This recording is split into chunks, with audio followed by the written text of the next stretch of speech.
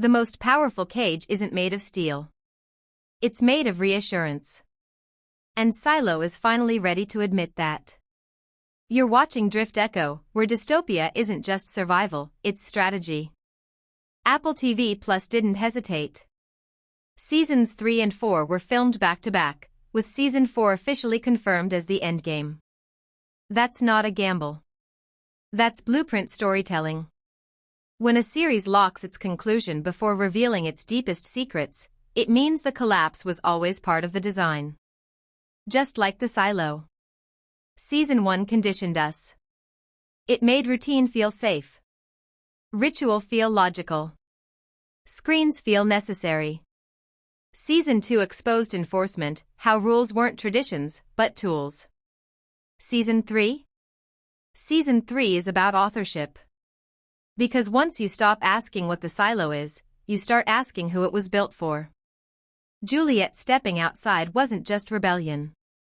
It was data corruption. The system relied on predictability. Every citizen a variable. Every reaction anticipated. But Juliet didn't follow the script. She survived outside the model. And the moment unpredictability entered the equation, the illusion of total control fractured. With Bernard gone, power doesn't vanish, it evolves. It sheds personality and becomes procedural. Cleaner. Quieter. Harder to fight. No dramatic punishments.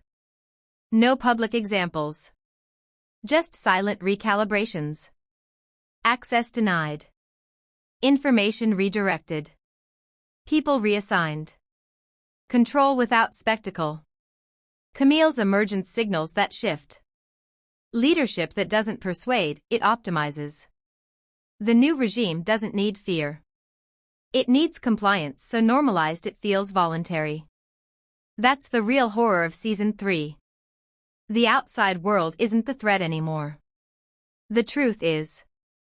Because once people understand they were managed instead of protected, trust doesn't erode, it inverts. Every comfort becomes suspect. Every safeguard becomes surveillance. And the series is pivoting towards something even deeper, origin. Who designed the silos?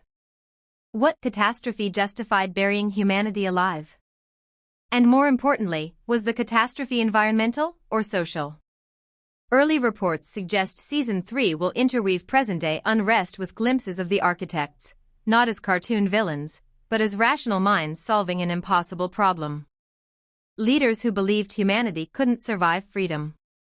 That stability required restriction. That the only way to save the species was to limit it. Longevity over liberty. Security over truth.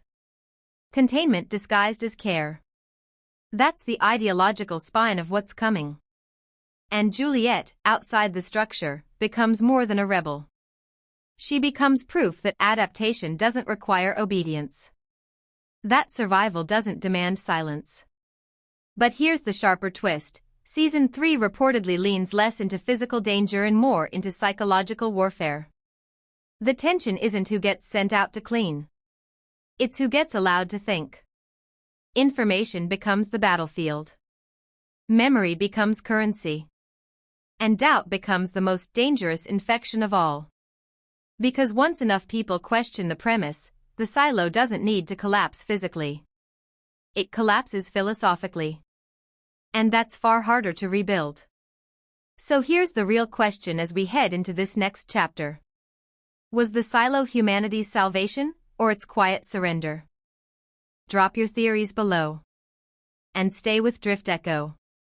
Because sometimes the most dangerous lie isn't that the world outside is deadly. It's that the world inside is safe.